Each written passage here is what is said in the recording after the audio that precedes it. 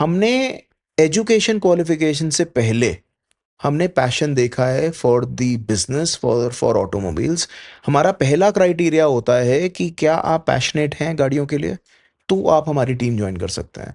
Because हमारे यहाँ 9 से 6 की शिफ्ट नहीं होती है।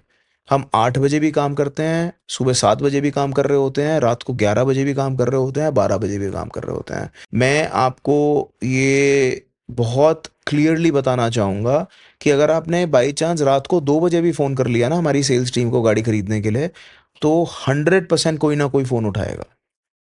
अगर आपने सुबह 6 बजे भी फ़ोन कर लिया तो वो फ़ोन पिक होगा। बिकॉज़ हम यहाँ पे पीछे 40 लोग इकट्ठे बैठे हुए हैं सेल्स के लिए। आप अगर कॉल करते हैं तो 40 लोगों के पास इकट्ठी कॉल बजती है। उसमें से जो अवेलेबल होता है फास्टेस्ट फिंगर फर्स्ट, वो कॉल उठती है और वो माल बेचता है। So speed, I can categorically say speed wise we are one of the fastest automobile dealers or automobile people who are in the automobile business. We are the one of the fastest as far as the country goes. And fast के नुकसान भी होते हैं। तो मैं हमेशा अगर किसी से भी मिलता हूँ, कोई मुझसे पूछने आता है, तो फास्ट के नुकसान भी होते हैं और फास्ट के फायदे भी होते हैं। जैसे कहते हैं ना, आप सोच समझ के काम कीजिए। दूसरा होता है आप फास्ट फास्ट डिसीजन लीजिए, जल्दी एग्जीक्यूशन कीजिए, जल्दी एग्जीक्यूट कीजिए उस काम को। तो जब आप फास्ट डिसीजंस लेते हैं तो आपको 100 फायदे होते हैं और 20 नुकसान होते हैं। नेट आप 80% प्लस में निकलते हैं। तो नुकसान कम है, फायदे ज्यादा हैं। अगर आप क्विक डिसीजंस लेंगे, it will be good for you. जैसे मैं हमेशा नए जो बच्चे आते हैं हमारे पास पूछने के लिए कि मैं एक बिजनेस शुरू करना चाहता हूं, मैं 1 साल से एक बिजनेस के ऊपर वर्किंग कर रहा हूं, 2 साल से रिसर्च कर रहा हूँ, 6 महीने से रिसर्च कर रहा हूँ, तो मैं हमेशा उनको यही एडवाइस करता हूँ कि जो रिसर्च है उसके टाइम को कम कीजिए, टाइम बाउंड कीजिए और एग्जीक्यूशन पे ध्यान दीजिए। धंधा is 90% execution and 10% vision and thought process. और हम करते करते आ उल्टा, जाता है। हम बिल्कुल उल्टा करते हैं। हम इतनी मेहनत कर लेते हैं उसके ऊपर कि उसके लिए, उसकी एग्जीक्यूशन के लिए जान ही नहीं बचती। मैंने 80% एफर्ट अपना रिसर्च पे ही लगा दिया कि मेरे में जान ही नहीं बची कि मैं धंधे के ऊपर लगाऊं। 20% रिसर्च पे और अपने एनालिसिस पे लगाइए, नहीं समझ में आता अगले पे जाइए। एग्जीक्यूशन 80% करना है। Because you don't need to reinvent the wheel. Apple ने कोई मोबाइल फोन मतलब कोई डिस्कवर नहीं किया है। क्या कहते हैं, इनोवेशन थोड़ी, मतलब it is not discovery of a product.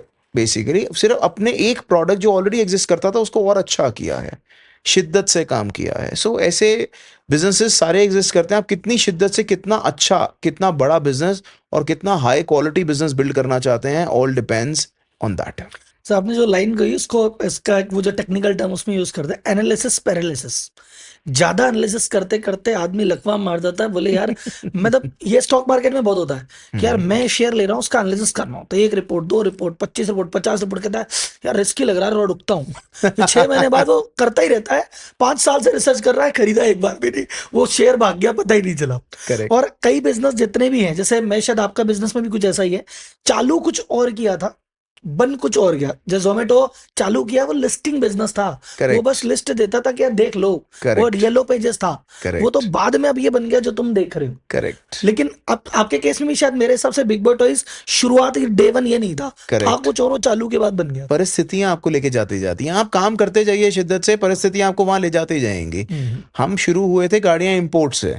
पहले हम शुरू हुए छोटी गाड़ियों से, फिर हमने बहुत सारी अलग अलग चीजें करी, but eventually the large business which we started was importing of new cars. We used to import brand new cars. हम नई गाड़ियां इंपोर्ट करते थे from Japan, UK, Germany, Italy से, और सेकेंड हैंड गाड़ी एक्सचेंज में लेनी पड़ती थी हमारे को, जब हमारे को नई गाड़ी बेचनी होती थी। तो इवेंचुअली हमारे को लॉसेस इतने हो जाते थे उन छोटी गाड़ियों के अंदर या उन पुरानी गाड़ियों के अंदर कि हमारे को रियलाइज हुआ कि एक पुरानी कार का हमारे को अलग से एक अलग डिपार्टमेंट खोलना पड़ेगा, नहीं तो हमारा जितना पैसा हम नई गाड़ी में कमाते उतना नुकसान हो जाता है, क्योंकि नॉलेज नहीं थी, समझ नहीं थी। और ये तो कोइंसिडेंस से ये बिजनेस था, और आज this is the largest business of the group. Sir एक चीज है, मैंने एक रील देखी थी, और वो, you are the best person in India to answer that,